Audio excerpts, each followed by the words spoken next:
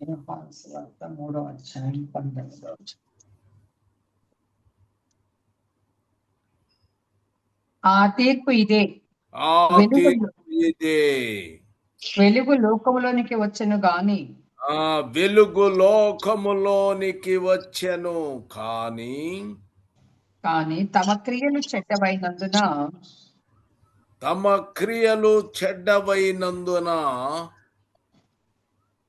మనుషులు వెలుగును ప్రేమింపక చీకటినే ప్రేమించితిరి. ఆమేన్. వెలుగు లోకములోనికి వచ్చెను కానీ ఏమొచ్చిందమ్మా? క్రియలు చెడ్డవైనందున మనుషులు వెలుగును ప్రేమింపక చీకటిని ప్రేమించి వెలుగు లోకంలో. నాకు కావాల్సింది వెలుగు లోకములోనికి వచ్చెను కానీ తమ క్రియలు చెడ్డవైనందున మనుషులు వెలుగును ప్రేమింపక చీకటినే ఇక్కడ వెలుగుంది, చీకటి ఉంది. వెలుగు ఉన్నది, వెలుగు లోకమునకు రావలసిన వెలుగు ఏమిటి?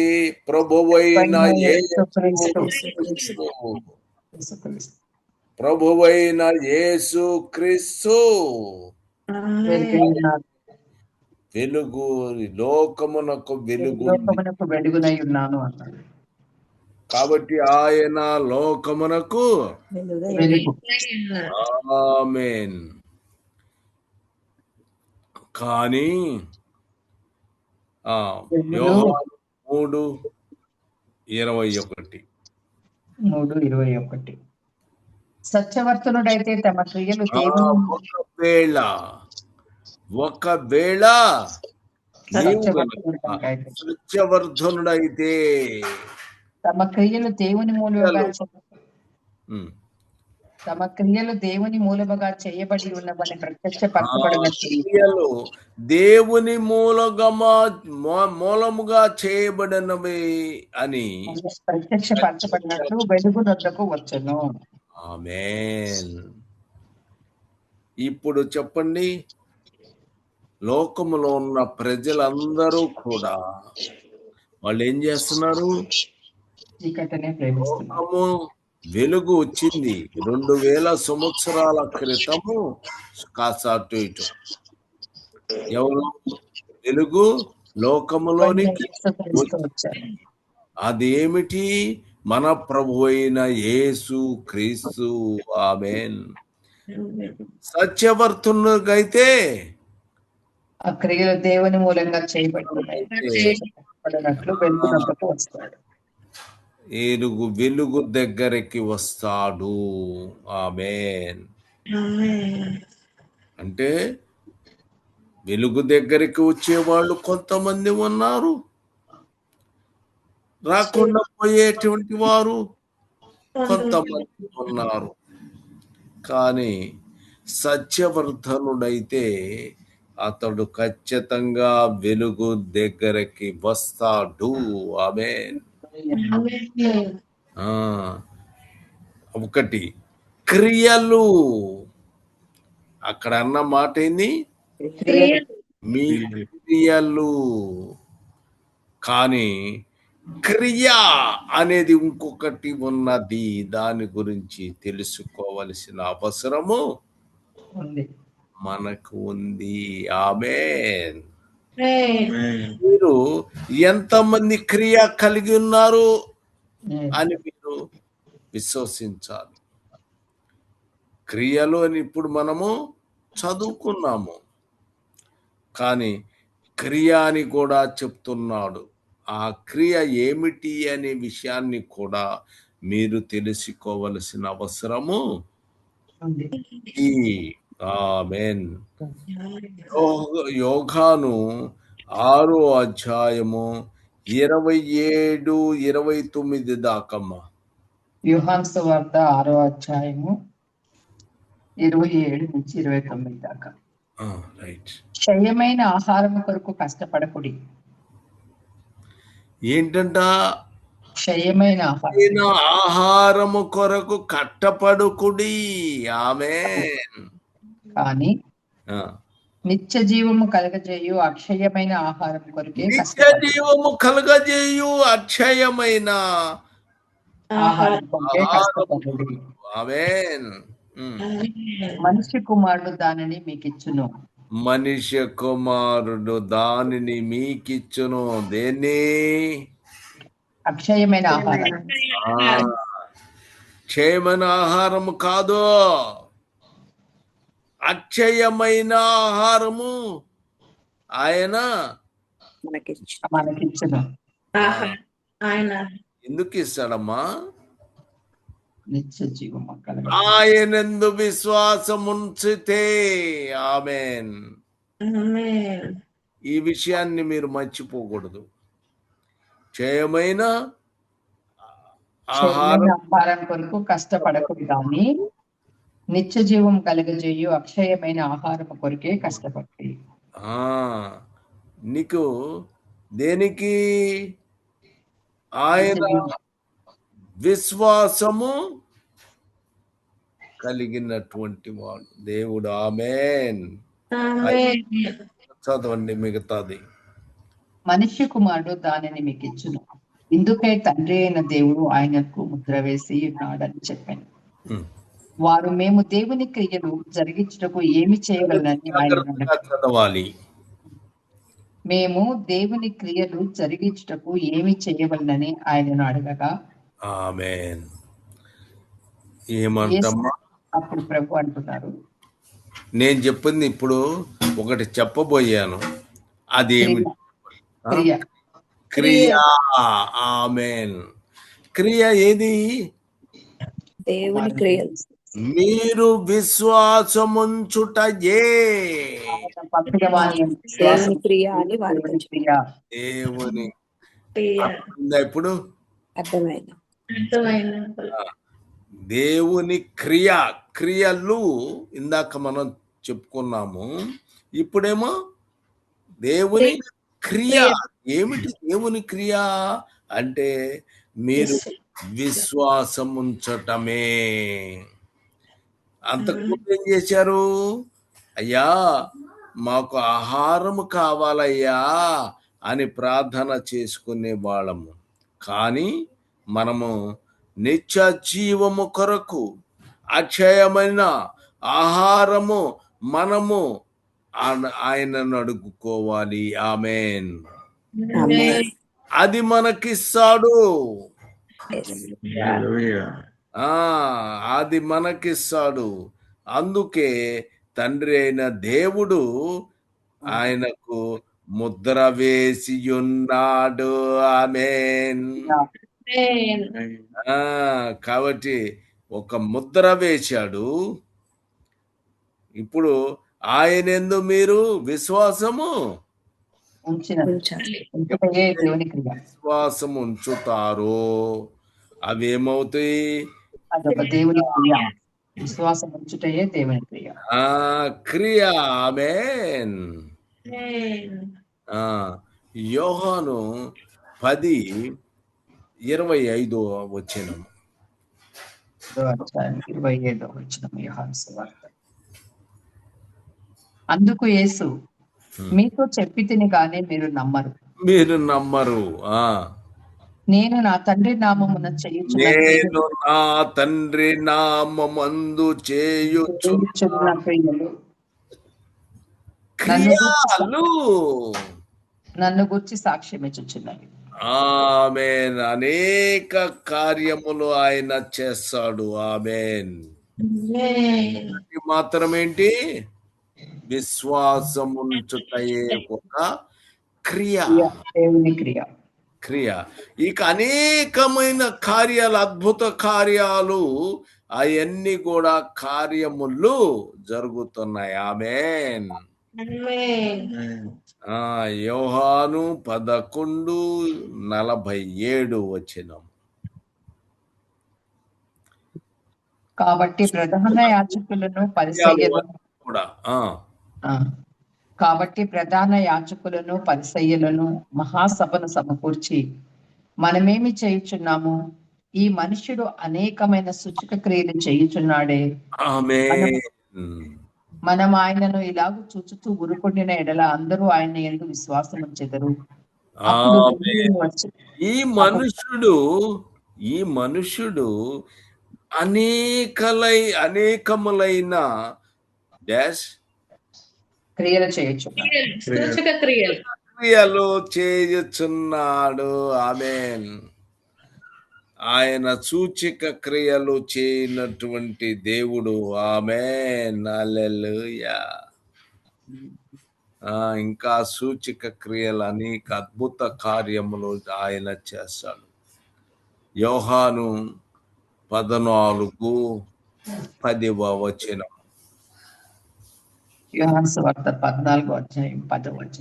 తండ్రి యందు నేనును నా తండ్రి యందు నేనును నా యందు యందు తండ్రిని. తండ్రి యందు నేనును నా యందు తండ్రియు ఉన్నామని నీవు నమ్ముటలేదా? నేను మీతో చెప్పుచున్న మాటలు నా అంతటా నేనే చెప్పుటలేదు. నా అంతటా నేనే చెప్పటం లేదు. తండ్రి నా యందు నివసించుచు తన క్రియలు చేయుచున్నాడు. నా యందు నివసించుచు తన క్రియలు చేయుచున్నాడు. క్రియలు చేయుచున్నాడు. ఒకటి, తండ్రి సూచక క్రియలు చేయుచున్నాడు. క్రియ మనము చెయ్యాలి. క్రియలు మనము చేయాలి. విశ్వాసము దేవుని క్రియ ఇది మనము చెయ్యాలి. ఆయన యందు విశ్వాసం ఉంచుటే దేవుని క్రియ. ఆయన యందు విశ్వాసం ఉంచడము ఎవరు చేయాలి? పని మనం చేయాలి. మనము చేయాలి. ఆయన తండ్రి అనేక అద్భుత కార్యములు ఆయన చేస్తాడు. ఆయన మాత్రమే కాదు, ప్రభువైన యేసు క్రీస్తు కూడా అనేక అద్భుతములు చేయటానికి ఇష్టపడుతున్నాడు. ఆమేన్. ఆమేన్. ఆమేన్. యోహాను 14:12. నేను తండ్రి యొద్దకు వెళ్ళుచున్నాను గనుక. అప్పుడు చెప్తున్నాడు, నేను తండ్రి యొద్దకు వెళ్ళుచున్నాను. ఆమేన్. నేను చేయు క్రియలు నా యందు విశ్వాసం ఉంచువాడును చేయు. ఇంతకు ముందు తండ్రి చేస్తాడు, కుమారుడు చేస్తాడు. ఇప్పుడు విశ్వసించిన వారు కూడా చేస్తారు. అనేక అద్భుతాలు చేస్తారు. వాళ్ళిద్దరూ చేస్తారు. తర్వాత నేను వెళ్తున్నాను తండ్రి దగ్గరికి. నేను చేయు క్రియలు నా యందు విశ్వాసముంచోవాడును. ఆమేన్. నా యందు విశ్వాసముంచువాడును చేయును. వాటికంటే మరి గొప్పవి అతడు చేయునని మీతో నిశ్చయముగా చెప్పుచున్నాను. ఆమేన్. చూడండి, ఆశ్చర్యము కదా. నేను చేస్తాను, నా తండ్రి చేస్తాడు. తర్వాత నా యందు విశ్వాసముంచువాడును. ఆయన యందు విశ్వాసముంచువాడు. మనం రెండు విషయాలు. ఒకటి ఇంతకుముందు తెలుసుకున్నాం కదా, ఆయన యందు విశ్వాసముంచుటయే క్రియ. అలాంటి క్రియ నీలో కలిగి ఉంటే, ఆ క్రియ నీలో ఉంటే, ఇప్పుడు నీ ద్వారా అనేక క్రియలు ఇప్పుడు ఆయన జరిపిస్తాడు. ఆమేన్. ఆమేన్. ఇప్పుడు అర్థమైందా? మీరు యెహోవా యేసుక్రీస్తు ప్రభు నందు విశ్వాసము కలిగి ఉంటే అది మీకు క్రియగా ఉంటుంది. ఆ తర్వాత మీరు అనేకమైన అద్భుత కార్యములు, సూచక క్రియలు, అనేకమైన అద్భుతములు జరుపుతారు. మీరు కూడా. ఆమేన్. ఆమేన్. వాటి కంటే మరి గొప్పవి చేయనని నిశ్చయముగా చెప్పుచున్నాను. చెప్పాడు కదా ప్రభు. చెప్పారు. దీన్ని నమ్ముతున్నారా? హ? నమ్ముతున్నారా? నమ్మితే మరి ఏం జరుగుతున్నాయి? ఓ తెగ ప్రార్థన చేచి చేచి చేచి తెగ ప్రార్థన చేస్తున్నారే. నీ దగ్గర క్రియ ఉందా? క్రియలు జరుగుతున్నాయా? ఆలోచించండి. ఉత్తత మాటలు చెప్పుకోవటం కాదు. ఉత్తత మాటలు పరికి వచ్చే మాటలు కాదు. మనం ఎట్లా ఉండాలి? మొట్టమొదట క్రియ ఉండాలి. ఆ తర్వాత క్రియలు మనలో ఉండాలి. అప్పుడు ఆయన చెప్పిన మాట అది. ఏం చెప్పాడు? నీవు గనక విశ్వాసం ఉంచితే గొప్ప మరి గొప్పవి ఆయన సూచక్రియలు, అద్భుత కార్యాలు అన్ని చేశాడు కదా. ఎన్ని అద్భుత కార్యములు చేసిన వాటికన్నా గొప్పయి, గొప్ప వాటిని కూడా చేస్తాడు. ఆమేన్. కాబట్టి అతడు చేయున్నది మీతో నిశ్చయముగా చెప్పుచున్నాడు. నిశ్చయముగా చెప్పుచున్నాడు. మరి పరిశీలించుకోవాలి. మనము పరిశీలన చేసుకోవాలి. ఆమేన్. రోమీలు 4:6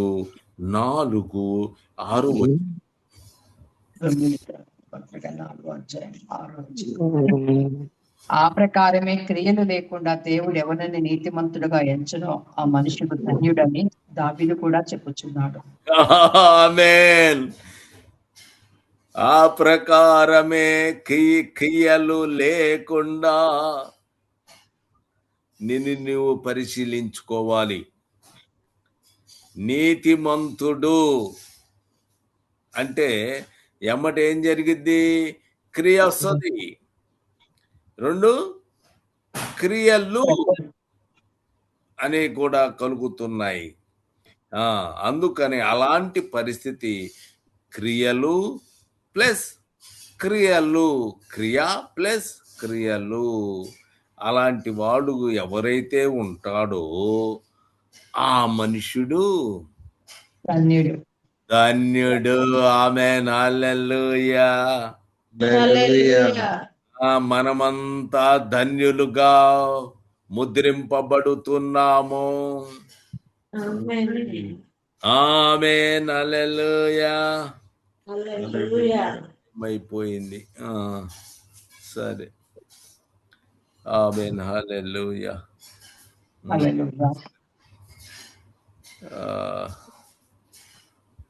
ప్రార్థన చేయండి.